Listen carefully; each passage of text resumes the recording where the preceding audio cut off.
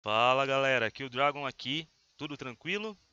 Dessa vez eu vou explicar um pouco mais sobre o Game Controller e como é que funciona o código dos desafios.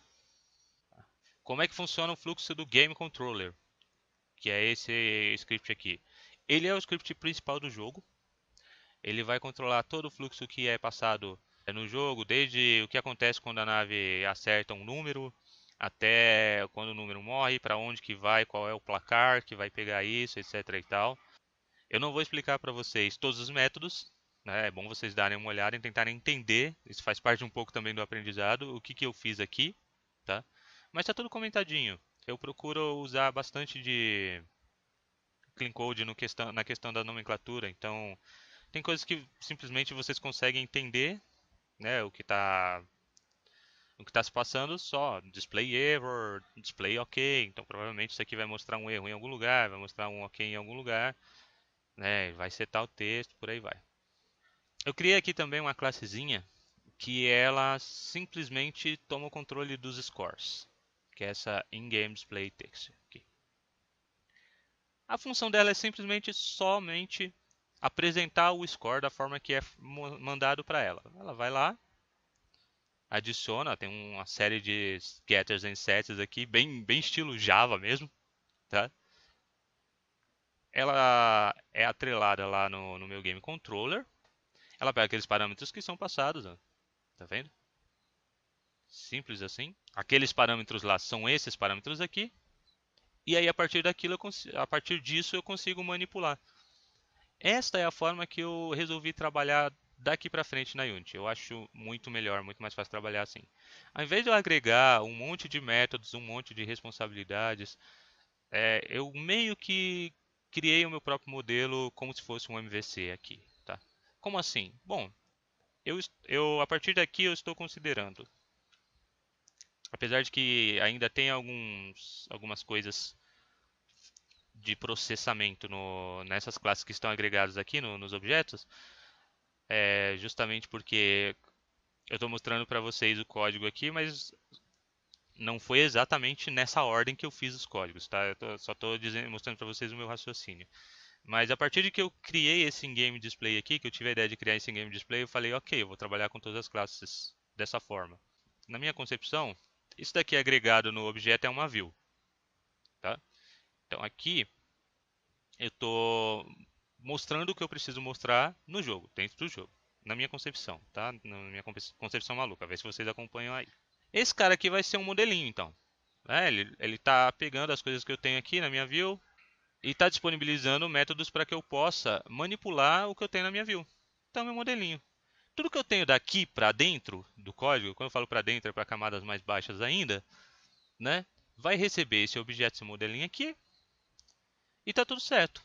Tudo que eu tenho para lá para dentro é processo, é tudo processamento, né?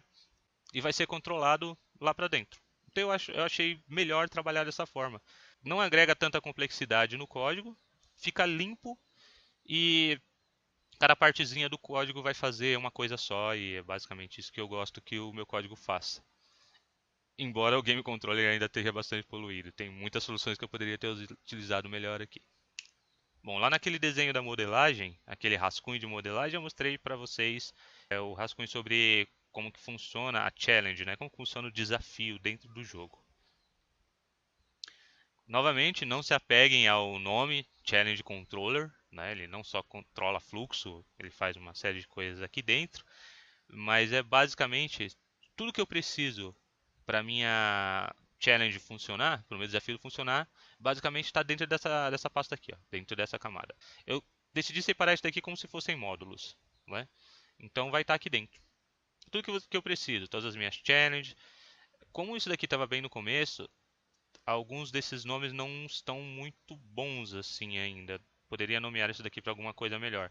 Mas como eu já havia utilizado isso em várias partes do código, ficar renomeando isso ia me agregar complexidade, ia me tirar um tempo que eu não tinha.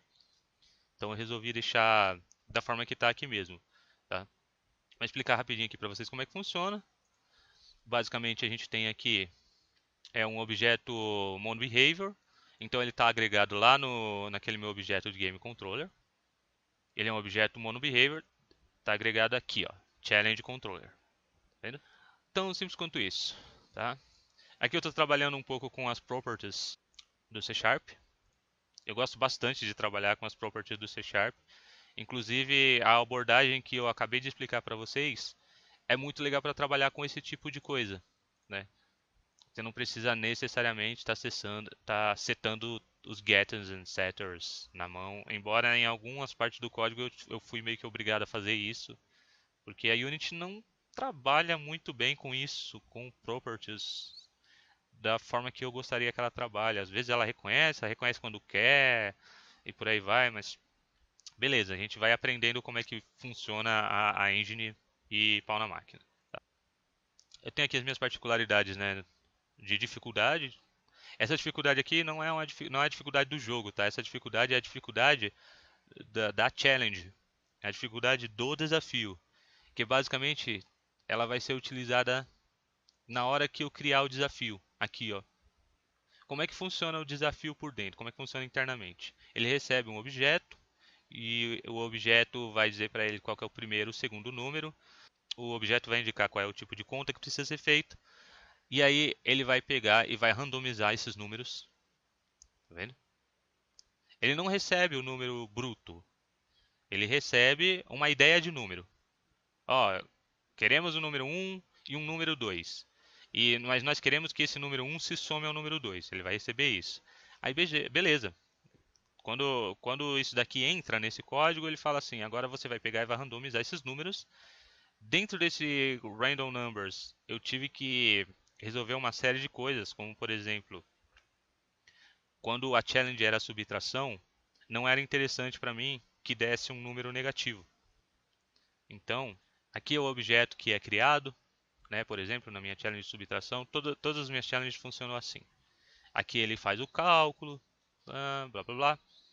E só que eu tinha que tomar cuidado com coisas, por exemplo, ó, verify if subtract is valid. Eu precisava ver se era uma subtração válida. Como que é a subtração válida no meu conceito? Bom, não podia dar número negativo, não é interessante, já que aquele número seria adicionado no score depois. Fica muito confuso você ver lá que a conta dá menos 3 e como que eu vou atirar em números até dar menos 3. Então eu tinha que resolver esse tipo de questão. Aqui, o verify if results if negative, né? Is negative. Eu precisava ver se o número era abaixo de zero para verificar se era negativo. Quando o número é negativo, eu mando ele rodar de novo o código, né? Nessa parte aqui, ó. Se o número enquanto o número for negativo, então você vai chamar de novo update challenge. Para mim, o update challenge está lá no game controller e vai mandar para mim uma nova challenge até a hora que o resultado entre a conta do número 1 e a conta do número 2 for um número positivo. Esses foram tipos de cuidado, tipo de nuance que eu tive que tomar, tá? Então ele basicamente ia lá e retornava o objeto. Na soma eu não precisei fazer isso. Na soma eu basicamente eu tenho o objetinho aqui, ó. Você pode ver que todos eles implementam essa interface, que é a iChallenge. Eu criava sempre um novo objeto. Depois que eu recebi aqui o objeto, ó, eu recebo um controller, tá vendo? Então eu tenho o getChallengeObject, ele recebe um controller para te retornar um objetinho. Eu resolvi chamar de objetinho, não tinha nome melhor para isso. E aí o que acontece? Ele vai lá, faz um update na challenge, adiciona os números, adiciona o sinal, calcula, ó, A mais B, tão simples quanto isso, e retorna esse objetinho completo. Eu achei mais fácil trabalhar assim. O Game Controller ele vai lá e envia a request. Aí todo o processamento do código acontece aqui e depois ele só retorna um objeto completo lá para o Game Controller e fala assim, ó, agora se vira aí com esse objeto. Eu achei mais fácil trabalhar assim. Então é basicamente assim que a Challenge Controller funciona. Então galera, esse vídeo vai ficando por aqui. Eu espero que tenha ficado claro. Lembrando a vocês que esse projeto está todo no GitHub, é gratuito, vocês podem baixar, estudar e mexer à vontade. Um muito obrigado a todo mundo que assistiu até aqui.